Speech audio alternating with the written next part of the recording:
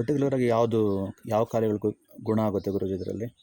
ಇದರಲ್ಲಿ ರೋಗ ನಿರೋಧಕ ಶಕ್ತಿ ಜಾಸ್ತಿ ಆಗುತ್ತೆ. ಹೆಣ್ಣು ಮಕ್ಕಳಿಗೆ ಗರ್ಭಕೋಶದಲ್ಲಿ ಬರೋ ತೊಂದರೆ ಯಾವುದಿದ್ರು ನಿವಾರಣೆ ಆಗುತ್ತೆ. ಅತಿಸ್ರಾವ ಗುಣ ಆಗುತ್ತೆ.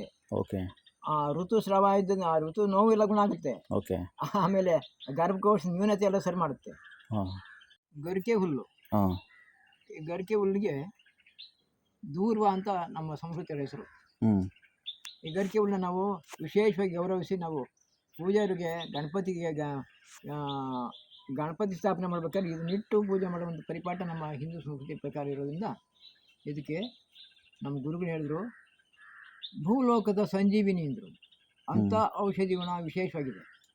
ತಾಯಂದಿರಿಗೆ ಪ್ರಪ್ರಥಮವಾಗಿ ಇದನ್ನು ನಾವು ಅರ್ಥಗರ್ಭಿತವಾದ ವಿಚಾರ ಪ್ರಪ್ರಥಮವಾಗಿ ಪೂಜೆ ಮಾಡೋದು ಯಾಕಪ್ಪ ಅಂದರೆ ನಮ್ಮ ತಾಯಂದಿರಿಗೆ ಬರುವಂಥ ಕೆಟ್ಟ ಕಾಯಿಲೆನ ಗುಟ್ಟಾದ ಕಾಯಿಲೆನ ನಿವಾರಣೆ ಮಾಡೋ ಶಕ್ತಿ ಈ ಗರಿಕೆ ಹುಲ್ಲಿಗಿದೆ. ಯಾವುದೇ ಥರದ ಕೆಟ್ಟ ಕಾಯಿಲೆ ಗರ್ಭಕೋಶ ಸಂಬಂಧಪಟ್ಟಂಥ ಕೆಟ್ಟ ಕಾಯಿಲೆನ ಗುಣ ಮಾಡೋಕ್ಕೆ ಗರಿಕೆ ಹುಲ್ಲು ಅಷ್ಟು ವಿಶೇಷ ಕೆಲಸ ಮಾಡುತ್ತೆ, ಸರಳವಾಗಿದೆ. ಓಕೆ. ಅದಕ್ಕಾಗಿ ನಮಗೆ ತಾಯಂದ್ರಿಗೆ ಪ್ರಥಮ ಸ್ಥಾನ ಕೊಡಬೇಕು ಅನ್ನೋ ಉದ್ದೇಶಕ್ಕೆ ಪ್ರಥಮದಲ್ಲೇ ಇದನ್ನು ಪೂಜೆಗೆ ಇಟ್ಟರು. ನಮ್ಮ ಎಲ್ಲ ಸಮಾರಂಭಗಳಲ್ಲೂ ಇದನ್ನು ಪೂಜೆ ಮಾಡೋದು ಬೆನಕಾದ ಗಣಪತಿಯಿಂದ ರೂಪನ ನಾವು ಅಲ್ಲಿ ತಂದು ಅದು ಪ್ರತಿಷ್ಠಾಪನೆ ಮಾಡಿ ಅದನ್ನು ಗರಿಕೆ ಇಟ್ಟು ಪೂಜೆ ಮಾಡೋಂಥ ಪರಿಪಾಠ ಈ ಗರಿಕೆಗೆ ಬಂತು. ಕಾರಣ ಇದರಲ್ಲಿ ಅಂಥ ದಿವ್ಯವಾದಂಥ ಔಷಧಿ ಗುಣ ಇದೆ. ಭೂಲೋಕದ ಸಂಜೀವಿನಿ ಅಂದರೆ ಇದು ರಸನ ಪ್ರತಿ ದಿವಸ ಇದನ್ನು ಅರೆದು ರಸ ಅದನ್ನ ಬೆಳಿಗ್ಗೆ ಖಾಲಿ ಹೊಟ್ಟೆ ಕುಡಿತಾ ಬಂದರೆ ಯಾವುದೇ ಥರದ ಕೆಟ್ಟ ಕಾಯಿಲೆ ಇದ್ರೂ ಗುಣ ಆಗಿ ಹೋಗುತ್ತೆ. ಹೆಣ್ಮಕ್ಳು ಆದಿಯಾಗಿ ಗುಟ್ಟಾದ ಕಾಯಿಲೆನೂ ಗುಣ ಆಗಿ ಹೋಗುತ್ತೆ ಅನ್ನೋದಕ್ಕೆ ಇದು ವಿಶೇಷವಾದಂಥ ಮೂಲಿಕೆ. ಈ ಮೂಲಿಕೆ ನೋಡಲಿಕ್ಕೆ ಸರಳವಾಗಿದೆ, ಹಗುರವಾಗಿದೆ, ಕಸ ಅನ್ನಂಗೆ ನಾವು ತುಳ್ಕೊಂಡು ತಿರುಗಾಡ್ತೀವಿ. ಅದರಲ್ಲಿ ಅದ್ಭುತವಾದ ಶಕ್ತಿ ಇದೆ.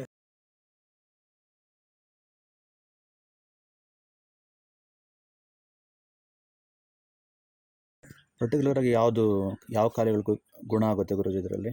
ಇದರಲ್ಲಿ ರೋಗ ನಿರೋಧಕ ಶಕ್ತಿ ಜಾಸ್ತಿ ಆಗುತ್ತೆ. ಹೆಣ್ಣು ಮಕ್ಕಳಿಗೆ ಗರ್ಭಕೋಶದಲ್ಲಿ ಬರೋ ತೊಂದರೆ ಯಾವುದಿದ್ರು ನಿವಾರಣೆ ಆಗುತ್ತೆ. ಅತಿಸ್ರಾವ ಗುಣ ಆಗುತ್ತೆ. ಓಕೆ. ಋತುಸ್ರಾವ ಇದ್ದ ಋತು ನೋವೆಲ್ಲ ಗುಣ ಆಗುತ್ತೆ. ಓಕೆ. ಆಮೇಲೆ ಗರ್ಭಕೋಶ ನ್ಯೂನತೆ ಎಲ್ಲ ಸರಿ ಮಾಡುತ್ತೆ.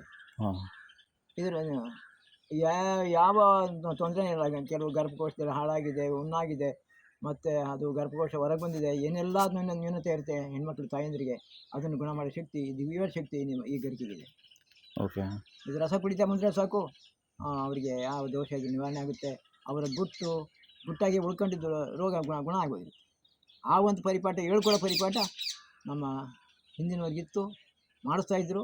ಆದರೆ ಅದನ್ನು ಇವತ್ತು ಈ ನಾಗರಿಕರ ಯುಗದಲ್ಲಿ ಇದನ್ನು ಮೂಢನಂಬಿಕೆ ಅಂತ ಇದಕ್ಕೆ ಅಲಗಳೆದು ಮಾತೆತ್ತಿರ ಆಪ್ರೇಷನ್ ಮಾಡಿ ತಾಯಂದಿರ ಆರೋಗ್ಯ ಕೆಡಿಸಿ ಅವ್ರ ಶರೀರ ಊನ ಮಾಡುವಂಥ ಪರಿಪಾಠ ಬೆಳ್ಕೊತಾ ಬರ್ತಾಯಿದೆ. ಅದಕ್ಕೆ ಮರಳಾಗ್ತಾಯಿದ್ದಾರೆ ನಮ್ಮ ಜನಸಾಮಾನ್ಯರು. ಅದಾಗಬಾರ್ದು. ಈ ವಿದ್ಯೆ ಬೆಳಿಬೇಕು, ಮುಂದಿನ ಮಕ್ಕಳಿಗೂ ಇದರ ಅರಿವು ಬೆಳಬೇಕು ಅನ್ನೋ ನಮ್ಮ ಪಾರಂಪರಿಕ ವೈದ್ಯ ಪರಿಷತ್ನ ಮೂಲ ಉದ್ದೇಶ.